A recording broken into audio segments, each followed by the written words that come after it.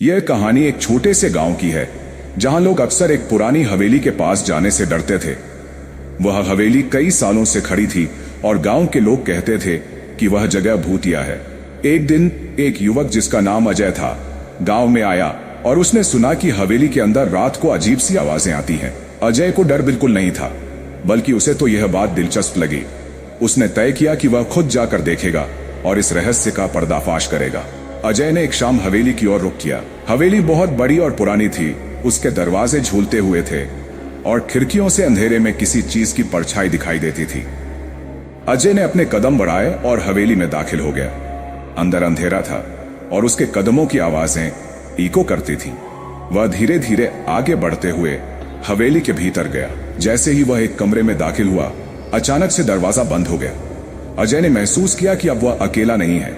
कमरे के कोने से एक ठंडी हवा बहने लगी और अजीब सी खड़खड़ाहट की आवाजें आने लगी। अजय ने चारों ओर देखा, लेकिन कोई दिखाई नहीं दिया।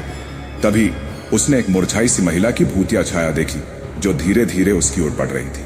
भूतिया महिला ने कटा कटा डरावना चेहरा दिखाया और अजय से कहा, तुमने क्यों मुझे जिंदा से मरने का नाम लिया? अब तुम भी मेरी तरह अंधेरे में खो जाओगे?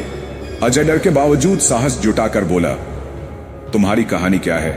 महिला ने धीरे से जवाब दिया, यह हवेली मेरी थी, लेकिन एक दिन मेरे परिवार को मार दिया गया और मुझे यहाँ अकेला छोड़ दिया गया।